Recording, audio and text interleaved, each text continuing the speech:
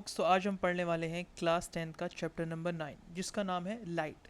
तो लाइट के अंदर जो हम चैप्टर पढ़ेंगे उसमें आधे चैप्टर में उन्हें रिफ्लेक्शन के बारे में बात करा है जो कि एक फिनोमिना है लाइट का, और आधे चैप्टर में उन्हें रिफ्रैक्शन के बारे में बात करा है जो कि एक और फिनोमिना है लाइट का।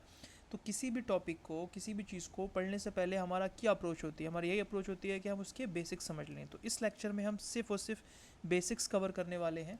ठीक है, अगर आपके बेसिक्स आपको समझ में आते हैं कि भाई ल्यूमिनियस ऑब्जेक्ट क्या होते हैं, नॉन ल्यूमिनियस ऑब्जेक्ट क्या होते हैं, कोई ऑब्जेक्ट ओपेक है तो वो ओपेक क्यों है और ओपेक है क्या, ट्रांसपेरेंट क्या है और ट्रांसपेरेंट क्यों है, वो ट्रांसलूसेंट जो होते हैं वो ट्रांसलूसेंट क्यों होते हैं, इसका पूरा बेसिक्स हम देखने वाले हैं। अगर आपको लगता है कि आपको बेसिक्स आता है तो आप ये वाला लेक्चर स्किप कर सकते हो। और दूसरी बात, आप चाहो तो साथ में मेरे नोट बना सकते हो, वरना मैं पीडीएफ में बना के लिंक दे दूंगा डिस्क्रिप्शन में, जिसमें नोट्स होंगे, जितने भी क्वेश्चंस बोर्ड्स में आ सकते हैं वो होंगे, अभी तक जो आए हैं वो होंगे, और जो भी कंपटीशन वगैरह में पूछे जाएंगे एमसीक्यू बेस्ड, वो सारे पूरे अच्छे तरीके से नोट्स बना के मैं उसकी लिंक डिस्क्रिप्शन में दे दूंगा। पूरे चैप्टर, कंप्लीट चैप्टर की आप वहाँ से डाउनलोड कर सकते हो। तो अब हम स्टार्ट करते हैं यहाँ से पढ़ना बेसिक्स। तो अगर हम लाइट पढ़ रहे हैं तो सबसे पहले हमारे दिमाग में क्या आ सकता है कि भाई लाइट है क्या, कहाँ से बनी। तो पहला हमारे क्वेश्चन दिमाग में आ सकता है कि लाइट जो पिक्चर में आई है वो आई कैसे, कैसे डेवलप्ड हुई लाइट। तो उससे एक चीज़ और देखो, मान लो जैसे हमने साउंड चैप्टर पढ़ा था, उस साउंड चैप्टर में हमने क्या पढ़ा था कि जब साउंड प्रोपोगेट होता है तो किसी मीडियम से प्रोपोगेट करके जाता है, यहाँ से जनरेट हुआ और फिर गया, फिर हमारे कान तक गया। तो जो ये है ये एक्चुअल में मीडियम है, कोई मीडियम है। अब वो मीडियम सॉलिड भी हो सकता है, लिक्विड भी हो सकता है, सॉलिड हो सकता है, लिक्विड हो सकता है, या फिर गैस हो सकता है। तो वो कह रहा है अगर यहाँ पे हम साउंड वैक्यूम में रखेंगे तब क्या साउंड प्रोपोगेट करेगा, ट्रेवल करेगा, यानी यहाँ से यहाँ तक साउंड जाएगा? तब नहीं जाएगा। क्यों नहीं जाएगा? क्योंकि उसमें हमको एटम चाहिए, क्योंकि एटम ही तो एनर्जी को कैरी करते हैं आगे वाले एटम के लिए, फिर ये वाला एटम आगे वाले एटम के लिए जो है एनर्जी को कैरी करेगा और उसको ट्रांसफ़र कर देगा। इस तरीके से साउंड प्रोपोगेट करता है। तो क्या लाइट में भी ऐसा होता है कि भाई अगर हमारे पास मान लो कोई टॉर्च है, ठीक है, हमने लाइट जनरेट करी यहाँ से, तो लाइट को जाने के लिए किसी मीडियम की ज़रूरत होती है कि किसी भी चीज़ तक जाके अगर टकरा रही है तो ये जो है मीडियम, ये मीडियम होना बहुत ज़रूरी है। मतलब कुछ ना कुछ होना चाहिए कि अगर वैक्यूम होगा तब क्या लाइट ट्रेवल नहीं करेगी। तो एक्चुअल में लाइट वैक्यूम में भी ट्रेवल कर जाती है। लाइट को किसी भी मीडियम की ज़रूरत नहीं है। मीडियम हो अच्छी बात है, नहीं है तब भी अच्छी बात है, वो दोनों ही केसेस में ट्रेवल कर जाएगी। ठीक है, बट हाँ अलग अलग मीडियम में उसकी स्पीड थोड़ी सी वेरी कर जाती है, अलग अलग हो जाती है। तो अभी हम क्या पढ़ने वाले हैं कि जो लाइट है वो लाइट के बारे में पढ़ेंगे, रिफ्लेक्शन पढ़ेंगे, रिफ्रैक्शन पढ़ेंगे, बट एक्चुअल में लाइट बनी कैसे वो देख लेते हैं। तो हमने 9th क्लास में देखा था कि एटम का जो मॉडल होता है वो इस तरीके से होता है कि इसके बीचों बीच में न्यूक्लियस होता है। क्या होता है? इसके बीचों बीच में न्यूक्लियस होता है जिसके अंदर एक्चुअल में प्रोटॉन होते हैं एंड देन न्यूट्रॉन होते हैं। अब उसके बाद फिर शेल होती हैं। शेल में क्या होता है, हर एक शेल की अपनी एनर्जी होगी फिक्स। फॉर से एग्जांपल इस वाले की हम कुछ एक एनर्जी मान लेते हैं, लेट से इस वाले की एनर्जी हम मान लेते हैं 1 इलेक्ट्रॉन वोल्ट है। एंड देन दूसरी शेल है उसका दूसरी एनर्जी मान लेते हैं, मान लो इसकी 2 इलेक्ट्रॉन वोल्ट है। एंड इस वाली शेल की हम एक और एनर्जी लेवल मान लेते हैं, मान लो 3 इलेक्ट्रॉन वोल्ट है। इसका मीनिंग क्या है, हमने यहाँ 9th क्लास में पढ़ चुके हैं कि इलेक्ट्रॉन जो होते हैं वो अपनी अपनी फिक्स शेल में घूमते हैं। अगर वो इस वाली शेल में घूम रहे हैं तो ये वाली शेल कौन सी वाली है, ये, और इसके पास कितनी एनर्जी होती है, 1 इलेक्ट्रॉन वोल्ट होती है।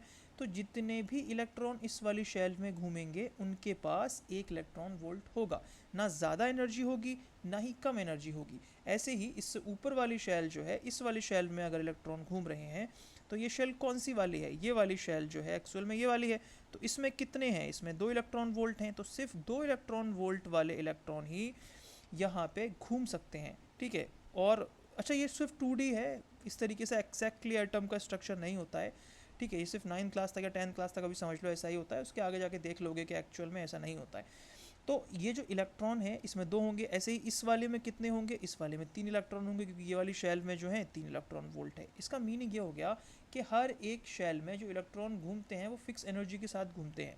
एक वाला इसमें होगा, 2 वाला इसमें होगा, 3 वाला इसमें होगा। ऐसा नहीं है कि इस वाले में 2 इलेक्ट्रॉन वोल्ट वाला इलेक्ट्रॉन घूमने लगे, ऐसा पॉसिबल ही नहीं हो सकता। इसको एक सिंपल एनालॉजी से ऐसे समझ सकते हो, आपकी क्लास में मान लो एक 7th स्टैंडर्ड है, ठीक है, एंड 8th स्टैंडर्ड है एक हमारे पास।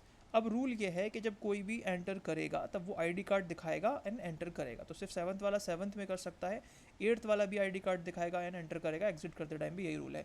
तो अगर मान लो आपको आंखें बंद करके या फिर आंखें खोल के भी यहाँ पे कोने पे खड़ा कर दिया जाए और आपसे बोल दिया जाए कि ये वाला जो क्लास है इसमें जो स्टूडेंट हैं ये 7th स्टैंडर्ड है, ये 7th स्टैंडर्ड है, तो बताओ ये वाला स्टूडेंट किसका होगा? तो आप आंखें वो बंद करके कह सकते हो कि भाई ये वाला 7th क्लास का होगा, ये वाला भी 7th का होगा, ये वाला भी 7th का होगा। क्यों? क्योंकि इस वाले क्लास में सिर्फ और सिर्फ 7th स्टैंडर्ड के स्टूडेंट अलाउ हैं। सेम केस इसमें जा रहा है कि अगर इस वाले में सिर्फ 8th वाले अलाउड हैं तो जिसके अंदर जो भी स्टूडेंट होंगे वो सारे के सारे 8th क्लास के होंगे। तो बस वो यही कह रहा है कि इस वाली शेल में सिर्फ एक इलेक्ट्रॉन वोल्ट वाले इलेक्ट्रॉन जो है, जिसके पास ऐसे इलेक्ट्रॉन इनके पास 1 इलेक्ट्रॉन वोल्ट होंगे वो इसमें हो सकते हैं, 2 इलेक्ट्रॉन वाले इसमें हो सकते हैं, 3 इलेक्ट्रॉन वाले इसमें हो सकते हैं। ठीक है, इतना रूल हो गया। अब वो कह रहा है कि जो ये अभी इलेक्ट्रॉन है ये अपने ग्राउंड स्टेट पे हैं, यानी अपने घर पे हैं, एक तरीके से ग्राउंड स्टेट पे है ये। तो होता क्या है कि अगर मान लो ये शेल है, मैंने इस तरीके से शेल को ये बना दिया, यही वाली शेल जो है ये एनर्जी शेल इस तरीके से है, और एक एक इलेक्ट्रॉन यहाँ पे है और ये न्यूक्लियस है बीचा बीच में। तो अगर मुझे इस वाले को दूसरे वाले शेल में ले जाना है, क्योंकि ये वाली 1 इलेक्ट्रॉन वोल्ट की शेल है, ये मान लो 2 इलेक्ट्रॉन वोल्ट की है, ये वाली 3 इलेक्ट्रॉन वोल्ट की है, तो अगर मुझे इस वाले शेल से इस इलेक्ट्रॉन को जंप कराना है इस वाले शेल पे, तब मुझे क्या करना पड़ेगा? कैसी ना करके कैसे भी कैसे करके मुझे, क्योंकि ये घूम कौन से वाली शेल में रहा है, इस वाली शेल में घूम रहा है, और इस वाली शेल में इलेक्ट्रॉन होते कितने हैं? 1 इलेक्ट्रॉन वोल्ट होता है, एनर्जी जो है इतनी एनर्जी होती है। तो अगर इस वाली में इसको जाना है तो 1 इलेक्ट्रॉन वोल्ट कहीं से मुझे इसको देना पड़ेगा। अगर मैं कैसे भी करके 1 इलेक्ट्रॉन वोल्ट इसको दे देता हूँ तो टोटल 1 इलेक्ट्रॉन वोल्ट जो मैंने दिए और पहले से इसके पास थे, क्योंकि इस वाली शेल में घूम रहा है, तो इसके बाद 2 इलेक्ट्रॉन वोल्ट हो जाएंगे। और आपको पता है 2 इलेक्ट्रॉन वोल्ट वाला अब यहाँ नहीं रुक सकता, यहाँ नहीं रुक सकता, तो ये जंप करेगा, जंप करके यहाँ पहुँच जाएगा। जब वो जंप करके पहुँचता है तब वो अपनी एक्चुअल में एक्साइटिंग स्टेट में है। ठीक है, एक्साइटिंग स्टेट में होता है। पहले क्या था? ग्राउंड स्टेट पे अपने घर पे था, फिर एक्साइटिंग स्टेट पे हो गया। कैसे हुआ? एनर्जी लेके हुआ। एनर्जी कैसे दोगे आप? वो किसी भी फॉर्म में दे सकते हो सकता है आपने इलेक्ट्रिसिटी पास कराई हो सकता है आपने हीट के फॉर्म में एनर्जी दी हो, क्योंकि लाइट क्या होती है? Light is a form of energy, light भी एनर्जी की ही फॉर्म है। तो जब एनर्जी की फॉर्म है तो हमें मालूम है एनर्जी जो है neither be created not be destroys, लेकिन एक फॉर्म से दूसरे फॉर्म में कन्वर्ट की जा सकती है। तो बस वो वही कह रहा है कि अगर हमने एनर्जी दी है तो वो किसी भी फॉर्म में से दे सकते हैं, इलेक्ट्रिसिटी के फॉर्म में दी हो, हीट के फॉर्म में दी हो, मैकेनिकल कोई वर्क डन किया हो हमने इस वाले इलेक्ट्रॉन पे, जिसकी वजह से इसके पास 2 इलेक्ट्रॉन वोल्ट आ गए हों और यहाँ से यहाँ जंप कर गया हो। तो जब जंप करा है ये, तो इतना इन्हें एनर्जी गैप जंप कर दिया और यहाँ पहुँच गया, तो ये एक्साइटिंग स्टेट पर आ गया। लेकिन रूल क्या होता है? वो हमेशा इलेक्ट्रॉन जो है हमेशा अपने स्टेबल स्टेट पर रहना चाहता है, लोएस्ट एनर्जी लेवल जो पॉसिबल है। थोड़ी देर के बाद उसको याद आएगा अरे मुझे तो वापस जाना है, तो जब वो वापस जाएगा, वापस जाने का रूल क्या है? इस वाले शेल में घूमने के लिए उसको 1 ही इलेक्ट्रॉन वोल्ट चाहिए, लेकिन है 2, तब वो क्या करेगा? रिलीज कर देगा। क्या रिलीज कर देगा? 1 इलेक्ट्रॉन वोल्ट रिलीज कर देगा। वो जो रिलीज करता है ना, वो फोटोन की फॉर्म में करता है।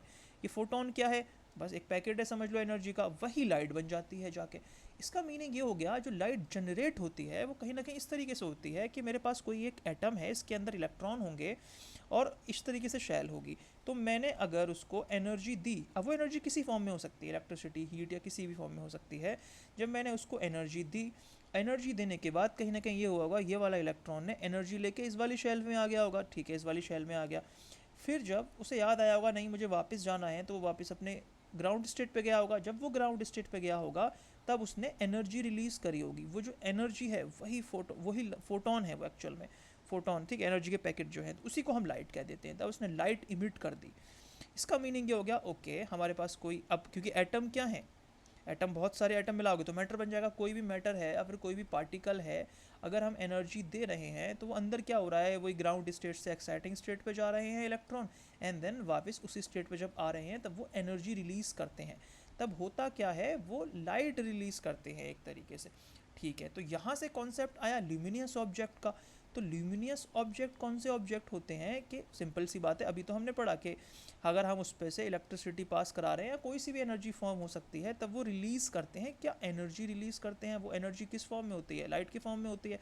तो बस वो एनर्जी रिलीज़ कर दी, यानी कि लाइट दे दी। तो वो ऑब्जेक्ट जब हम इलेक्ट्रिसिटी या फिर कोई सी भी एनर्जी उनको देंगे, तब वो विजिबल लाइट, ये विजिबल लाइट का क्या कॉन्सेप्ट है ये भी देखेंगे अभी हम। तो वो विजिबल लाइट इमिट करेंगे, छोड़ेंगे, तो उनको ल्यूमिनस ऑब्जेक्ट कहते हैं। अब इसका उल्टा आप समझ में आ गया होगा, नॉन ल्यूमिनियस ऑब्जेक्ट क्या होते हैं। नॉन ल्यूमिनस वो ऑब्जेक्ट हैं कि जिनके अंदर से लाइट नहीं निकल रही है, लाइट इमिट ही नहीं हो रही है, तो ये ऑब्जेक्ट ये हो सकता है सीन। तो luminous object, non luminous object की डेफिनेशन तो समझ में आ गई, बट क्वेश्चन आ सकता है कि क्यों ल्यूमिनस ऑब्जेक्ट, ल्यूमिनस तो है ये समझ में आ गया, क्यों, क्योंकि अंदर ही अंदर कहीं ऐसा हो रहा है कि एक शेल से दूसरी शेल पे इलेक्ट्रॉन जा रहे हैं, जब वो वापस आ रहे हैं तो वो एनर्जी रिलीज़ कर रहे हैं, वही एनर्जी तो फोटोन है, वही तो लाइट है। तो ल्यूमिनस ऑब्जेक्ट तो लाइट है। तो जो नॉन ल्यूमिनियस ऑब्जेक्ट है, जब हम उस पर किसी एक नॉन ल्यूमिनियस ऑब्जेक्ट पे जब हम एनर्जी देते हैं, तो क्या वो एनर्जी फॉर्म में कन्वर्ट करके फोटोन की फॉर्म में नहीं छोड़ते हैं क्या? तो आंसर है इसका छोड़ते हैं। तो इसका मतलब ल्यूमिनियस ऑब्जेक्ट हो या फिर नॉन ल्यूमिनियस ऑब्जेक्ट हों, दोनों के दोनों ही एनर्जी रिलीज़ करते हैं। एनर्जी किस फॉर्म में? लाइट के फॉर्म में करते हैं। तो भाई फिर नॉन ल्यूमिनस ऑब्जेक्ट ग्लो नहीं करते हैं। तो इसका कॉन्सेप्ट देखो, मेरे पास ल्यूमिनस ऑब्जेक्ट था तो उसका न्यूक्लियस था, शेल थी, हर शेल पे इलेक्ट्रॉन थे। जैसे ही मैं इलेक्ट्रॉन को एनर्जी दे रहा था वो एक्साइटिंग स्टेट पे पहुंच जा रहे थे, फिर जब वो अपने ग्राउंड स्टेट पे आ रहे थे तो एनर्जी रिलीज़ कर रहे थे, तो वो लाइट इमिट कर रहे थे। जो लाइट इमिट करने वाले को हमने बोल दिया ल्यूमिनस ऑब्जेक्ट है। तो क्या same phenomena non luminous object पे नहीं होगा? क्योंकि बल्ब हमने देखा है कि बल्ब के फिलामेंट में अगर हम इलेक्ट्रिसिटी पास कराएंगे तब वो हीट अप करके कहीं ना कहीं लाइट रिलीज़ करते हैं। या फिर एलईडी जो हमने देखी हैं उसमें भी ऐसा ही सीन होता है कि वो लाइट रिलीज़ करती हैं। तो बाकी और जो चीज़ें हैं उनमें क्यों नहीं लाइट रिलीज़ होती है? तो क्या उसमें ऐसा नहीं होता है कि भाई इलेक्ट्रॉन है हमारे पास अगर, और वो इलेक्ट्रॉन अगर अपने ग्राउंड स्टेट पे हैं, फिर अपने एक्साइटिंग स्टेट पे जाएंगे, जब वापस से ग्राउंड स्टेट पे आएंगे तो एनर्जी रिलीज़ करेंगे। तो क्या ऐसा नहीं होता है उनमें? तो उसमें होता है ऐसा। तो देखो होता क्या है कि मेरे पास ये एक शेल है जो कि 1 इलेक्ट्रॉन वोल्ट की है, ये वाली शेल है जो कि 2 इलेक्ट्रॉन वोल्ट की है, ठीक है। एक दूसरा केस सिनारियो ले लेते हैं। दूसरा सिनारियो ये है, ये 1 इलेक्ट्रॉन वोल्ट का है और ये 7 इलेक्ट्रॉन वोल्ट का है। अब दो अलग अलग मैटर समझ लो। अब इसमें क्या हुआ कि इसमें ग्राउंड स्टेट ये वाला है, मान लो ग्राउंड स्टेट ये है। अब यहाँ से यहाँ तक जाने के लिए हमने इसको कहीं ना कहीं कितनी एनर्जी दी होगी? 1 इलेक्ट्रॉन वोल्ट दी होगी। जब 1 इलेक्ट्रॉन वोल्ट दी, एक इसके पास पहले से थी, दो आके यहाँ पे आ गई। जब ये दो यहाँ पे आ गई, वो वापस जाने के लिए दो से जब एक पे गया होगा तो इसने रिलीज जो एनर्जी करी होगी वो एनर्जी क्या होगी? वो 1 इलेक्ट्रॉन वोल्ट ही तो होगी। जो एनर्जी गैप का डिफरेंस था इसमें से 2 - 1 करके 1, तो इसने 1 एनर्जी गैप रिलीज कर दी। अब इस वाले केस में क्या होगा, इस वाले ग्राउंड स्टेट से जब ये इस वाले स्टेट पे जाना चाहेगा एक्साइटिंग स्टेट पे, तो हम कितनी एनर्जी इसको दें? 6 इलेक्ट्रॉन वोल्ट एक्स्ट्रा देने पड़ेंगे हमने। जो हमने दिया है जब ये ग्राउंड स्टेट पे आएगा तो वही वो रिलीज़ कर देगा। तो अब इसने कितना रिलीज़ किया है? 6 इलेक्ट्रॉन वोल्ट किया है, यानी इसका डिफरेंस रिलीज़ किया है। यहाँ पे इसने इसका डिफरेंस रिलीज़ किया है। तो ये 6 इलेक्ट्रॉन वोल्ट है, ये 1 इलेक्ट्रॉन वोल्ट है। तो क्या इन दोनों में फ़र्क होता है? कि हाँ फ़र्क होता है। इसका वेवलेंथ अलग होगा, इसका वेवलेंथ अलग होगा। तो जो हमारी लाइट होती है उसका स्पेक्ट्रम, उसका कलर समझ लो या कुछ भी समझ लो, वो बहुत बड़ा होता है। उसमें से कुछ पोर्शन होता है, कुछ पोर्शन बस एक, इसमें रेड ग्रीन ब्लू जितनी भी लाइट आती हैं, विबग्योर वाली जितनी भी हैं, सब एक विजिबल लाइट में आती हैं, जिसको हम कहते हैं विजिबल लाइट, जो हमारी आँख देख सकती है। बाकी सारी भी लाइट, इधर वाला पोर्शन भी सब लाइट है, इधर वाला पोर्शन भी सिर्फ लाइट है। लेकिन हमारा यानी कि ह्यूमन आई जो हो सकती है सिर्फ और सिर्फ इस स्पेक्ट्रम को देख सकती है। तो ये वाले ऑब्जेक्ट ने अगर इतनी एनर्जी रिलीज़ करी है कि सिर्फ और सिर्फ इस स्पेक्ट्रम में ही लाइट जनरेट कर सके, तो हम देख लेंगे इसको चलता हुआ। हो सकता है इस वाले ने कहीं ना कहीं इतनी एनर्जी रिलीज़ करी हो कि वो इस स्पेक्ट्रम में पड़ती ही ना हो, कहीं यहाँ पड़ती हो, कहीं यहाँ पड़ती हो, मतलब ऐसा इस तरीके से स्पेक्ट्रम हो कि हमें दिखे ही ना। तो हाँ दिखे ही ना, इसका मतलब ये है ल्यूमिनस ऑब्जेक्ट हो या फिर नॉन ल्यूमिनस ऑब्जेक्ट हो, दोनों के दोनों ग्लो करते हैं। तो एक्चुअल में फिनोमेना के हिसाब से दोनों के दोनों ग्लो करते हैं। बस फ़र्क ये है, जो ल्यूमिनियस ऑब्जेक्ट होते हैं वो विजिबल लाइट को इमिट करते हैं, और जो नॉन ल्यूमिनियस ऑब्जेक्ट हैं वो हमारी विजिबल लाइट को इमिट नहीं कर पाते, दूसरे किसी स्पेक्ट्रम को इमिट करते हैं। इसका बहुत अच्छा एग्जांपल आप ये देख सकते हो, जब आपने अपने घर पे कभी रिमोट यूज़ किया होगा तो ऊपर एक बल्ब होता है, कभी आपने उसको जलता हुआ देखा? नहीं देखा, कभी नहीं देखा। क्या जलता है? हाँ जलता है। तो हम नहीं देख पा रहे हैं, इसका मतलब ये नहीं है वो जल नहीं रहा है। तो इसमें क्या होता है, वही हमारे सेल पड़े हुए होते हैं, वहाँ से हम एनर्जी देंगे, हम कोई इलेक्ट्रिसिटी में फ्लो कराएंगे। तो जब हम स्विच प्रेस करते हैं तब क्या होता है, इस इलेक्ट्रॉन के अंदर, मतलब इसके अंदर एटम के अंदर क्या होता है कि एटॉमिक स्ट्रक्चर इस तरीके से होगा, ठीक है। फिर ये इस वाली स्टेट से इस वाली स्टेट पर जाएंगे, वापस जाएंगी, एनर्जी रिलीज़ करेंगी, तो यहाँ से ये इस तरीके से लाइट इमिट करेगी। अब वो जो लाइट है उसका एनर्जी गैप इतना होता है कि जो लाइट इसने इमिट करी है वो विजिबल लाइट नहीं होती है। विजिबल अगर लाइट नहीं है तो हम तो नहीं देख सकते, तो इसीलिए वो एक्चुअल में लाइट ग्लो भी करता है और हम देखते हैं बटन प्रेस करने से जो भी टीवी वगैरह में कंट्रोल है वो पूरा कंट्रोल होता है, या फिर चेंज कर रहे हैं चैनल तो चैनल चेंज होता है, लेकिन ये बल्ब नहीं जलता। वो इसलिए नहीं जलता क्योंकि ये जल रहा है बट विजिबल लाइट नहीं दिखा रहा, तो हमें दिख नहीं पा रही, हमारी आंख देख नहीं सकती। इसका और अच्छा एग्जाम्पल अगर मूवीज़ वगैरह आपने देखी होंगी तो कमांडो वगैरह रात में कुछ यूज़ करते हैं, वो नाइट विजन होता है, कुछ हीट मैप करके कुछ यूज़ करते हैं। उसमें क्या होता है, हमारी एनर्जी, हमारी बॉडी जो है वो एनर्जी रिलीज़ करती है, हीट रिलीज़ करती है, तो वो उस स्पेक्ट्रम में करती है कि वो विजिबल नहीं होता है। अगर विजिबल नहीं होगा तो हमें नहीं दिखेगी निकलती हुई हीट हमारे हाथ पैरों में से, लेकिन कुछ कैमरे ह्यूमंस ने बना लिए हैं ऐसे कि वो डिटेक्ट कर सकते हैं, ओहो इस स्पेक्ट्रम की लाइट को उन्होंने डिटेक्ट कर लिया, फिर हमने स्क्रीन पे उसको कन्वर्ट कर दिया और हमने देख लिया ओहो यहाँ पे कोई शख्स है, हमें अंधेरे में तो नहीं दिख रहा बट हीट से दिख रहा है कि हीट रिलीज़ कर रहा है, तो वो वाली लाइट हमें दिख गई और हमने फील कर लिया यहाँ पे शख्स है या नहीं है।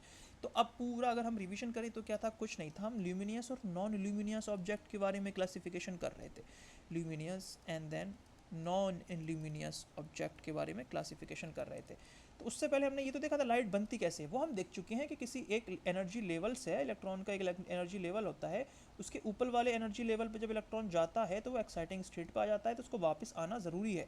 जब वो वापस आता है तो एनर्जी रिलीज़ करता है। अब जितना बड़ा ये गैप है उतनी ही एनर्जी रिलीज़ करेगा।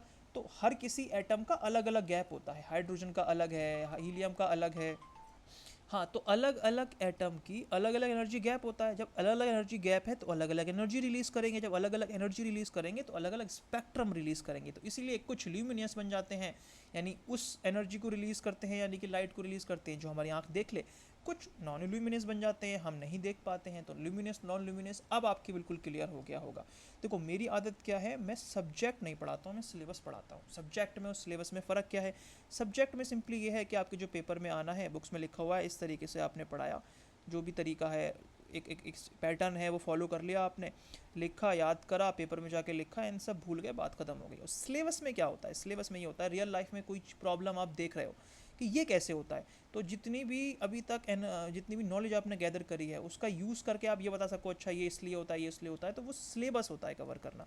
तो मैं सिलेबस पढ़ाता हूँ मेनली फिजिक्स में। देखो जब सिलेबस पढ़ोगे तो सब्जेक्ट तो अपने आप कवर हो ही जाएगा, जो ये टॉपिक बुक के हैं वो तो कवर होने ही होने हैं, साथ में एक्स्ट्रा भी नॉलेज मिल जाएगी, ठीक है। बट अगर आपको फिर भी चाहिए कि नहीं भाई हमें सिर्फ और सिर्फ मेन नॉलेज चाहिए, तो आप कमेंट सेक्शन में कमेंट कर सकते हो कि आप ऐसी प्लेलिस्ट बना दो जिसमें सिर्फ जल्दी जल्दी कंसाइज करके सिर्फ सब्जेक्ट पढ़ाया गया हो, तो मैं वो भी बना सकता हूँ, ठीक है। तो ल्यूमिनस ऑब्जेक्ट नॉन ल्यूमिनस समझ में आ गया। तो क्या सीन था कि हमारे पास अब है ऑब्जेक्ट, ये मान लो दो ऑब्जेक्ट हैं और इसमें से एक लाइट रिलीज़ कर रहा है विजिबल वाली, एंड एक लाइट कर रहा है नॉन विजिबल, स्पेक्ट्रम से बाहर है, तो उसको हमने नॉन ल्यूमिनियस कह दिया। जब नॉन ल्यूमिनियस है तो पढ़ने की ज़रूरत नहीं, हमारे चैप्टर में अभी नहीं है, हम सिर्फ ल्यूमिनियस ऑब्जेक्ट को पढ़ने वाले हैं। अब लाइट जब उसने रिलीज़ करी है तो अगर मैं कोई ऑब्जेक्ट यहाँ पे रख दूँ तो क्या केस हो सकता है, हल्के हल्के हम अपने सिलेबस पे आ रहे हैं, सब्जेक्ट पे आ रहे हैं, ठीक है। तो जब हम किसी ऑब्जेक्ट को रख देंगे तो तीन चार बहुत सारे केस हो सकते हैं। ये हो सकता है कि लाइट आई, ऑब्जेक्ट हमने रखा और लाइट ऐसे ही निकल गई, एक केस ये हो सकता है। या फिर एक केस ये हो सकता है कि ऑब्जेक्ट रखा, लाइट आई, रिफ्लेक्ट हुई और चली गई। या फिर ये केस हो सकता है थोड़ी सी लाइट चली गई है, एक आध रे चली गई है, एक आध रे रिफ्लेक्ट हो रही है, इस तरीके से भी हो सकता है। तो जिसके आर पार चली गई है आपको मालूम है हम उसको क्या कहते हैं, हम उसको एक्चुअल में कहते हैं कि ये ट्रांसपेरेंट ऑब्जेक्ट है। क्या है ये, ट्रांसपेरेंट ऑब्जेक्ट है। और जिसके आर पार नहीं गई है हम उसको कहते हैं कि ये ओपेक ऑब्जेक्ट है। थोड़ी बहुत जिसमें चली जाती है उसको सेमाई ट्रांसपेरेंट भी कह सकते हैं या फिर ट्रांसलूसेंट भी कह सकते हैं, ठीक है, ट्रांसलूसेंट भी कह सकते हैं। इसको अभी हम नहीं देख रहे, इतना ज़रूरी नहीं है।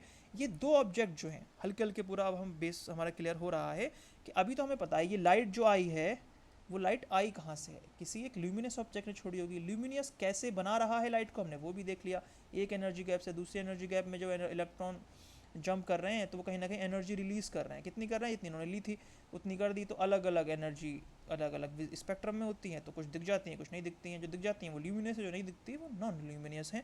अभी हम पढ़ रहे हैं ल्यूमिनियस। ल्यूमिनियस में से लाइट रिफ्लेक्ट कर दी, अब ये ट्रांसपेरेंट और ओपेक आ गया, ठीक है। ये तो बढ़िया बात है, तो आपको पता भी होगा ट्रांसपेरेंट क्या होते हैं, ओपेक क्या होते हैं। क्वेश्चन ये आ सकता है आपके दिमाग में कि ये ट्रांसपेरेंट क्यों है, जब हम इतना एटम से लेके एनर्जी गैप से लेके इलेक्ट्रॉन वोल्ट से लेके सब कुछ पढ़ रहे हैं, तो क्यों ना हाथ लगे हाथ तो ये भी पढ़ लें कि ट्रांसपेरेंट होते हैं तो क्यों होते हैं, ओपेक होते हैं तो क्यों होते हैं, ताकि आप बहुत सारी नॉलेज यहाँ से आज ले जाएं। तो सिंपल सी बात है भाई, कि अभी हम क्या पढ़ के आए थे कि हमारे पास एक एटम का स्ट्रक्चर होगा, तो उसके लिए हम क्या कर लेते हैं, उसके लिए हम वही वाला डायग्राम ले लेते हैं जो हमने उस टाइम लिया था। मान लो इसको हम कॉपी करते हैं एंड देन यहाँ कहीं पेस्ट करते हैं। एक्चुअल में ये वो वाला डायग्राम पेस्ट हो गया, ओके पेस्ट हो गया, एंड देन हम रफ कर देते हैं बाकी की चीज़ें। अब इस पे पढ़ने की कोशिश करते हैं कि कोई ऑब्जेक्ट ट्रांसपेरेंट है तो ट्रांसपेरेंट है क्यों। देखो अब सिंपल सी बात है, वो सिंपल सी बात क्या है कि अलग अलग ऑब्जेक्ट होते हैं, कुछ उसमें से ट्रांसपेरेंट हो जाते हैं, कुछ ट्रांसपेरेंट नहीं होते हैं। ठीक है, तो अभी हम पहले देख लेते हैं ट्रांसपेरेंट हैं तो क्यों है। तो क्या देख रहे हैं अभी हम कि भाई अगर कोई ऑब्जेक्ट ट्रांसपेरेंट है तो वो क्यों है, उसके बाद देख लेंगे ओपेक है तो क्यों है, ट्रांसपेरेंट है तो क्यों है। ठीक है, तो वो कह रहा है मान लो इस वाले शेल की इलेक्ट्रो जो कॉन्फ़िगरेशन है एनर्जी लेवल की वो 1 इलेक्ट्रॉन वोल्ट है, लेट से इसकी 3 इलेक्ट्रॉन वोल्ट है, ये है। तो अभी हम तीसरे वाले को छोड़ देते हैं। तो मान लो अब मेरे पास हुआ क्या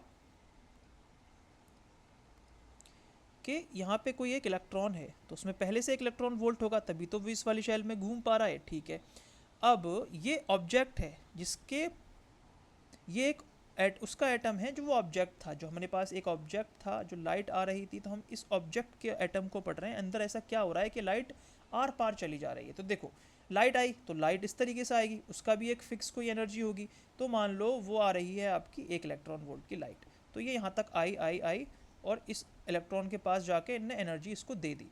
तो इस इलेक्ट्रॉन के पास कितनी एनर्जी हो गई होगी एक्चुअल में टोटल, एक एनर्जी उसके पास थी 1 इलेक्ट्रॉन वोल्ट, 1 इलेक्ट्रॉन वोल्ट हमने और दे दी, तो पहले से उसके पास 1 इलेक्ट्रॉन वोल्ट थी, 1 इलेक्ट्रॉन वोल्ट लाइट ने दी है, तो इसके पास टोटल 2 इलेक्ट्रॉन वोल्ट हो गई। तो जब इसके पास 2 इलेक्ट्रॉन वोल्ट हो गई तब इस वाली शेल ने इसको मना कर दिया कि नहीं भाई अब आप यहाँ नहीं रुक सकते। क्यों? क्योंकि यहाँ पे सिर्फ 1 इलेक्ट्रॉन वोल्ट वाले रुक सकते हैं।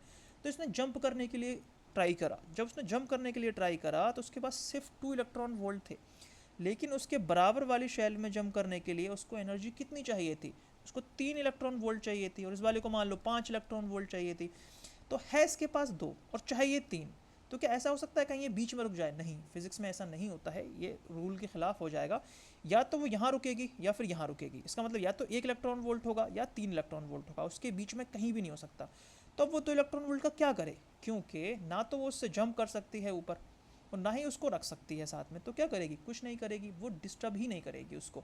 तो जो 1 इलेक्ट्रॉन वोल्ट की एनर्जी है वो ऐसे ही उसमें निकल जाएगी, ऐसे ही निकल गई। ठीक है, तो उसने डिस्टर्ब ही नहीं करी, तो समझ में आ गया तुम्हारे कि जब वो इलेक्ट्रॉन ने एनर्जी ली ही नहीं तो रिपल नहीं करी। उससे समझने से पहले एक चीज़ और देख लो, वो क्या कि मान लो अब ट्रांसपेरेंट के बाद ओपेक जो होते हैं वो ओपेक क्यों होते हैं? कोई ऑब्जेक्ट है ओपेक तो वो ओपेक क्यों है? तो ओपेक वाला कॉन्सेप्ट देख लेते हैं। मान लो ओपेक ऑब्जेक्ट होते क्यों हैं, तो इसमें क्या होता है कि ऐसा हो सकता है कि इस वाली शेल्फ में 1 इलेक्ट्रॉन वोल्ट हो, मान लो इसमें 3 इलेक्ट्रॉन वोल्ट हो। ठीक है, और जो एनर्जी आती हो हमारी वो मान लो 2 इलेक्ट्रॉन वोल्ट की आती हो, 2 इलेक्ट्रॉन वोल्ट की आती हो। तो जैसे ही इस वाले एटम पे जब वो आएगी तो इसके पास पहले से 1 इलेक्ट्रॉन वोल्ट था, तो इसके पास पहले से 1 इलेक्ट्रॉन वोल्ट था। अब लाइट ने इसको 2 इलेक्ट्रॉन वोल्ट और दे दिए, तो लाइट ने इसको 2 इलेक्ट्रॉन वोल्ट दे दिए, टोटल इसके पास 3 इलेक्ट्रॉन वोल्ट हो गए। तो 3 इलेक्ट्रॉन वोल्ट है तो यहाँ तो नहीं रुक सकती, यहाँ सिर्फ 1 इलेक्ट्रॉन वोल्ट वाले हैं, तो ये जंप करने की ट्राई करेगी और जंप कर भी लेगी क्योंकि 3 इलेक्ट्रॉन वोल्ट है, तो इसने जंप कर लिया। फिर एक्साइटिंग स्टेट से अपने ग्राउंड स्टेट पे आएगी तो एनर्जी को रिलीज कर देगी। वही कॉन्सेप्ट सेम प्रोपोगेट हुआ है, यहाँ से वो लाइट है, लाइट आ गई, तो लाइट आई और लाइट दूसरे डायरेक्शन में को रिफ्लेक्ट हो गई। तो इसमें क्या हुआ ओपेक में कि एक हमारे पास ऑब्जेक्ट था, जब लाइट आई तो एक फिक्स रूल होता है कि जितने एंगल से आई है उतने ही एंगल से उसने उसको वापस कर दिया। वापस क्यों कर दिया? क्योंकि अंदर ही अंदर कहीं ना कहीं ऐसा हुआ है कि एक इलेक्ट्रॉन जो ऊपर वाली शेल्फ में चला गया होगा तो एनर्जी ले ली होगी, वापस रिलीज कर दी होगी और रिलीज इस डायरेक्शन में कर दी होगी, तो डायरेक्शन बदल दी है। और उस वाले केस में क्या हुआ जिसमें लाइट आर पार निकल गई थी, उसमें क्या हुआ था कि एक इलेक्ट्रॉन तो था लेकिन वो जंप ही नहीं कर पाया, इतनी एनर्जी थी नहीं उसके पास कि जंप कर पाए, या फिर ज़्यादा दे दी इससे तो वो यहाँ बीच में कहीं नहीं रुक सकता। ठीक है, क्यों रुक नहीं सकता, तो वापस अपनी ग्राउंड स्टेट पे ही आ गया, तो उसने एनर्जी को छेड़ा ही नहीं, जब छेड़ा ही नहीं तो रिडायरेक्ट नहीं करा, डायरेक्शन नहीं बदली, तो आर पार उसके निकल गई। तो ट्रांसपेरेंट ऑब्जेक्ट ट्रांसपेरेंट इसलिए होते हैं कि जब भी लाइट कोई आती है तो इलेक्ट्रॉन उसको कुछ नहीं करते, छेड़खानी करते ही नहीं है, वो सीधे निकल जाते हैं। और लाइट आई और इलेक्ट्रॉन ने लिया, ऊपर वाले इसमें गए, वापस गए और फिर रिडायरेक्ट कर दिया इधर को, एक डायरेक्शन पे फिक्स एंगल पे रिडायरेक्ट कर दिया। तो अब लाइट इधर से आई, इधर को चली गई, तो ये रिफ्लेक्ट हो गई, वापस चली गई। और आप समझ में आ गया होगा ट्रांसल्यूसेंट में क्या होता होगा। ट्रांसल्यूसेंट में क्या होता होगा, कुछ वापस चली जाती होंगी, कुछ निकल जाती होंगी। इसीलिए हम शीशे के, कुछ शीशे ऐसे होते हैं इसके आर पार देखोगे धुंधला दिखेगा, पूरा साफ नहीं दिखेगा। कुछ के आर पार साफ दिख जाता है, वो ट्रांसपेरेंट होते हैं। कुछ मिरर होते हैं, इसमें हमारी शक्ल दिखती है, उसमें क्या हो जाता है, ये वाला कॉन्सेप्ट हो जाता है। तो अगर बहुत देखें, अगर हम समराइज़ करके, तो समराइज़ करके यही निकल रहा है कि एक ऑब्जेक्ट है, उससे लाइट जनरेट हुई। जनरेट कैसे हुई हमें पता है, कहीं ना कहीं हमने इसको एनर्जी तो दी होगी, किसी भी फॉर्म में दी हो, तो उसने उसकी लाइट एनर्जी बना दी, लाइट एनर्जी बना दी। अब हो सकता है वो विजिबल बनाई हो, या हो सकता है उसने विजिबल ना बनाई हो। अगर विजिबल बनाई है तो ये ल्यूमिनस ऑब्जेक्ट हो गया, अगर विजिबल नहीं बनाई है तो ये नॉन ल्यूमिनस ऑब्जेक्ट हो गया। तो ल्यूमिनस ऑब्जेक्ट मतलब विजिबल लाइट बना रहा है। अब आगे एक ऑब्जेक्ट रख दें, तो ऑब्जेक्ट में क्या होगा, अब ये लाइट जो है एनर्जी का काम कर रही है। जैसे यहाँ पे इलेक्ट्रिसिटी या फिर हीट एनर्जी का काम कर रही थी, हो सकता है लाइट ही हो, तो यहाँ पे भी लाइट ही एनर्जी का काम कर रही है। जब ये लाइट यानी एनर्जी हम अंदर देंगे इसको, तो इसके अंदर भी वही होगा कि या तो ऐसा होगा कि एक इलेक्ट्रॉन ऊपर वाली शेल में चला जाएगा और वापस आके एनर्जी रिलीज कर देगा, या ऐसा होगा कि इलेक्ट्रॉन ऊपर जा ही नहीं पाएगा, तो एनर्जी को जैसे आई है वैसे ही छोड़ देगा। तो जिसमें आर पार चली गई, अगर इसके आर पार चली गई, इसका मतलब उसने एनर्जी को छोड़ दिया, सीधे चले जाओ। और जिसमें टकरा के वापस चली गई, इसका मतलब एनर्जी ली उसने, एनर्जी ऊपर गया, वापस आया, रिलीज करी, लेकिन एनर्जी की डायरेक्शन बदल दी, तो इसीलिए वो एंगल बदल जाता है उसका। अब वो ऑब्जेक्ट जिनके आर पार चली जाती है उसको हम कहते हैं ट्रांसपेरेंट ऑब्जेक्ट। वो ऑब्जेक्ट जिनके लाइट टकरा के वापस चली जाती है उसको हम कहते हैं ओपेक ऑब्जेक्ट। तो इस चैप्टर में सब पूरा यही पढ़ने वाले, लाइट कहाँ से आई, ल्यूमिनस ऑब्जेक्ट, ल्यूमिनस ऑब्जेक्ट कैसे बनाते हैं लाइट, वो भी देख लिया हमने, ट्रांसपेरेंट क्यों होते हैं, ओपेक क्यों होते हैं, हमने ये भी देख लिया। तो ट्रांसपेरेंट ऑब्जेक्ट जिसके आर पार लाइट चली जाएगी उसकी वजह से हम पढ़ेंगे रिफ्रैक्शन, आधा चैप्टर जो है रिफ्रैक्शन। और वो ऑब्जेक्ट जो ओपेक है, जिनके आर पार लाइट नहीं जा रही है, उसकी वजह से हम पढ़ेंगे रिफ्लेक्शन। लाइट का बाउंस बैक होके वापस चले जाने को रिफ्लेक्शन कहते हैं। लाइट का एक मीडियम से दूसरी मीडियम में जाके हल्का सा मुड़ जाना, उसको रिफ्रैक्शन कहते हैं। तो रिफ्रैक्शन पढ़ेंगे हम ट्रांसपेरेंट चीज़ों की वजह से। इसीलिए रिफ्रैक्शन में ट्रांसपेरेंट क्या हो सकते हैं, मिरर नहीं होते, लेंस होते हैं, लेंस होते हैं, कॉनकेव हो सकता है, कॉन्वेक्स होता है, ये पढ़ोगे आप। रिफ्लेक्शन में मिरर होगा, मिरर मतलब शीशा, शीशे के आर पार थोड़ी जाती है, वो शक्ल हमें दिखती है, और गिलास के आर पार चली जाती है, लेंस के आर पार चली जाती है। जो हमारे शीशा होता है, चश्मा होता है, चश्मे में जो लेंस ही तो होते हैं, इसके आर पार लाइट चली जाती है। तो अब समझ में आ गया होगा आपके पूरे इस चैप्टर का निचोड़ क्या था। पूरे चैप्टर का निचोड़ यही था कि हमारे पास लाइट जो बनी है वो लाइट बनी कैसे है वो भी देख लिया, एनर्जी आई होगी, इलेक्ट्रॉन ऊपर से नीचे, नीचे से ऊपर गए होंगे, रिलीज़ करी होगी तो एनर्जी रिलीज़ कर दी। अलग अलग वेवलेंथ की एनर्जी रिलीज़ करेंगे, अलग अलग स्पेक्ट्रम होगा, कुछ विजिबल होगा जो हमें दिख जाएगा, कुछ विजिबल नहीं होगा जो हमें नहीं दिखेगा। अगर दिख रहा है तो ल्यूमिनस ऑब्जेक्ट, नहीं दिख रहा है तो नॉन ल्यूमिनस ऑब्जेक्ट। ठीक है, अब लाइट गई, टकरा के सीधे निकल जाए, टकरा के वापस चले जाए, तो ये हो गया आपका ट्रांसपेरेंट, ये हो गया आपका ऑब्जेक्ट। पूरा कॉन्सेप्ट समझ में आ गया। थोड़ा सा मैं सिमुलेशन दिखा देता हूँ जिससे आपको बिल्कुल क्लियर हो जाए। देखो अब इस वाले केस में अगर आप देखोगे, देखो इस वाले केस में अगर आप देखोगे तो ये कोई इलेक्ट्रॉन है, ठीक है, एक शेल में है। अब ये मान लो गया है ऊपर, एक्साइटिंग स्टेट से ऊपर चला गया, एनर्जी हमने दे दी है। जब ये वापस आएगा तो अगर इस वाले शेल से इस वाले शेल में जंप करेगा तो इसने कुछ एनर्जी रिलीज़ करी है, एक फिक्स पर्टिकुलर वेवलेंथ की, वो यहाँ पड़ रही है, हमें दिख रहा है। और ये वाली सिर्फ विजिबल लाइट है और ये विजिबल नहीं है, तो हमें ये नहीं दिखेगी। फिर ऐसे ही अगर मैं थोड़ा और इसका जंप करा दूँ नीचे को, यानी यहाँ से गई और फिर यहाँ वापस आई है, तो एनर्जी डिफरेंस बहुत ज़्यादा है, तो ये अलग वेवलेंथ की कर रहा है, तो यहाँ पे कहीं है, लेकिन दिखेगी अब भी नहीं। ठीक है, अगर और नीचे जाओगे तब कहीं जाके देखो ये ब्लू कलर की लाइट छोड़ रहा है, तो इसमें क्या हुआ, इन्हें यहाँ से यहाँ तक बहुत जंप करा है, तो बहुत एनर्जी रिलीज़ करी होगी, बहुत एनर्जी रिलीज़ करी होगी, तो अलग स्पेक्ट्रम होगा, अलग स्पेक्ट्रम होगा, तो शायद दिख रही है। तो जैसे कि अब बल्ब मान लो, ये बल्ब ब्लू कलर का बल्ब है, इसमें दिख रही है। अब इस वाले केस में क्या होगा, शायद ऐसी कोई चीज़ है जिसमें से नहीं दिख रही है, जैसे रिमोट में होता है हमारे, जिसमें हमें नहीं दिखता है। उसके बाद ऐसा इसमें तुम्हें दिख रहा है कि भाई इसमें भी एनर्जी रिलीज ही तो कर रहा है एक तरीके से। ये एनर्जी जो लाइट है, ये लाइट है जो दिख रही है, किस वजह से दिख रही है, इस वजह से दिख रही है, इस वजह से दिख रही है।